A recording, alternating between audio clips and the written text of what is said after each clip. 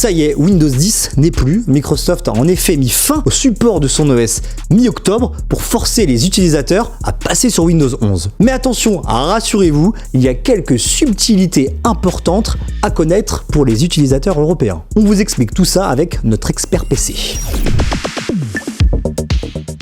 Le 14 octobre dernier, Microsoft a arrêté tout simplement de supporter Windows 10 dans Windows Update. Alors après, voilà. Ça a été annoncé il y a 4 ans. Depuis en gros l'arrivée de Windows 11 sur le marché.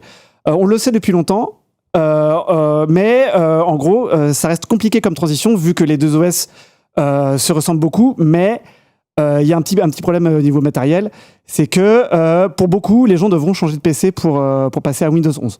Comment ça se fait que certains ordinateurs ne puissent pas être mis à jour vers Windows 11 ? Alors, vraiment, Windows 11 a deux obligations. Il faut avoir une puce TPM 2.0. On en a déjà parlé plusieurs fois dans l'émission et en matinale. En gros, il faut un BIOS qui est compatible Secure Boot, donc démarrage sécurisé. Donc, c'est vraiment une fonctionnalité de sécurité qui, en gros, s'assure que vous démarrez Windows avec les fichiers de base, les processus sécurisés de Windows, et une puce dans votre ordinateur, vraiment dans votre ordinateur, soit ordinateur fixe, soit ordinateur portable, qui s'appelle le TPM 2.0. Tout ça, on le sait depuis très longtemps, depuis l'arrivée de Windows 11. Mais voilà, il faut le temps que les gens s'habituent, le temps que les gens renouvellent leur parc, surtout le temps que les entreprises renouvellent leur parc. Ça fait quand même des millions et des millions d'ordinateurs. Quand on parle de 400 millions, c'est les particuliers, mais c'est surtout les entreprises qui sont accompagnées depuis... Ça fait 4 ans qu'ils le savent, mais ça fait 4 ans que Microsoft doit gérer avec les entreprises pour, écoutez, on gère avec vous. Il faut changer les ordis. Du coup, voilà, c'est très compliqué. Les collectivités aussi, j'imagine. Mais les collectivités, après... L'éducation nationale, la police nationale.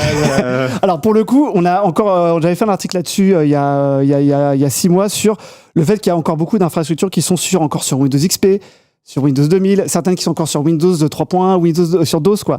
Donc en vrai, il y a des gens qui sont bien pires que les gens qui sont encore sur Windows 10, quoi. Donc il y a pas mal d'infrastructures qui vont rester sur d'anciennes versions de Windows, mais pour celle-là, pour passer à Windows 11, je pense que là, il y aura encore... la transition a été très longue, on l'a vu sur les chiffres, la transition sera encore très longue, quoi. Alors, mais j'ai envie de dire, est-ce que c'est grave de rester sur Windows 10 aujourd'hui, et même si Microsoft ne met plus à jour son OS, est-ce que c'est grave et qu'est-ce qu'on risque en réalité ? Alors, déjà, vous avez une petite combine en vrai en Europe grâce à l'Europe, parce que l'Europe, on n'a plus certaines features de Apple, tout ça, mais on a aussi certaines protections quand même pour le consommateur. Et du coup, vous avez ce qu'on appelle l'ESU, l'Extended Security Update, qui est un programme qui permet en gros d'avoir encore accès à 1 an de mise à jour gratuite pour Windows 10 si vous êtes utilisateur européen.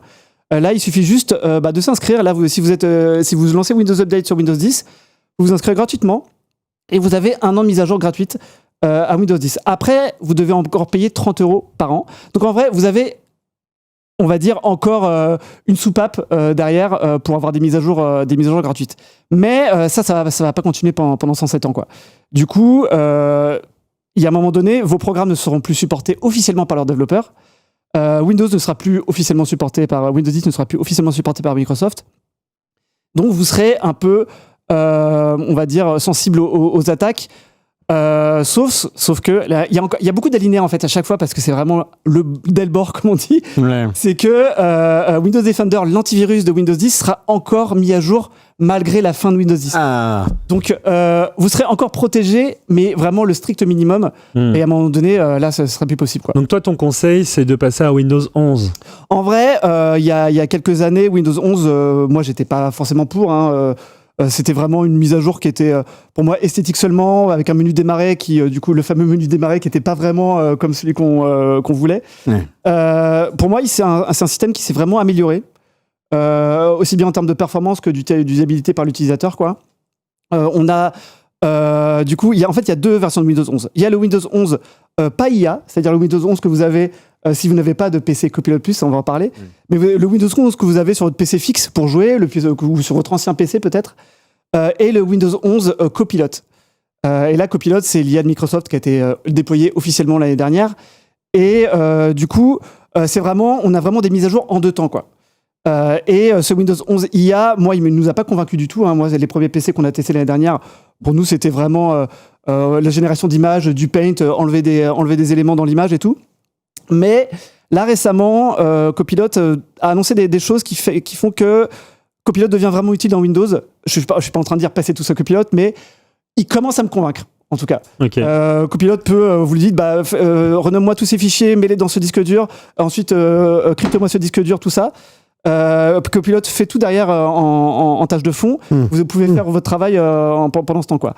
Chercher des paramètres, tout ça, quoi. Donc en vrai, Copilot devient vraiment utile. Après, pour Windows 11, en manière générale, le système maintenant est pour moi aussi performant que Windows 10, si ce n'est plus. Et en vrai, je n'aurais pas de déconseil pour les gens qui veulent passer à Windows 11. Quoi. Les gens qui ont une machine qui est bloquée sur Windows 10, en vrai, tu leur dis faut mieux changer là en fait. En vrai, il faudrait mieux changer. Soit vous n'avez pas le budget pour changer. Auquel cas, inscrivez-vous au programme ESU, le temps peut-être d'économiser ou autre. Rien ne vous oblige vraiment à changer. Mais en vrai, vous gagnez, notamment pour les joueurs, vous gagnez en fonctionnalité avec DirectX 12 Ultimate, on va dire.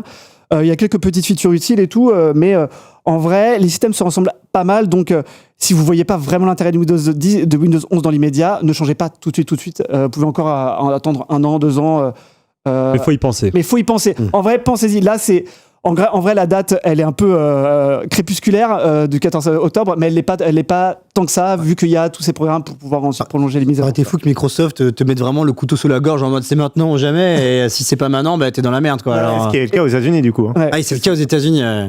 C'est pas les mêmes pays. Nous, en fait, sauf si tu payes, sauf si t'es européen. Ouais. Bah écoute, tu vas nous tenir au courant et on espère que les gens ils vont trouver des solutions pour pas être lésés, effectivement.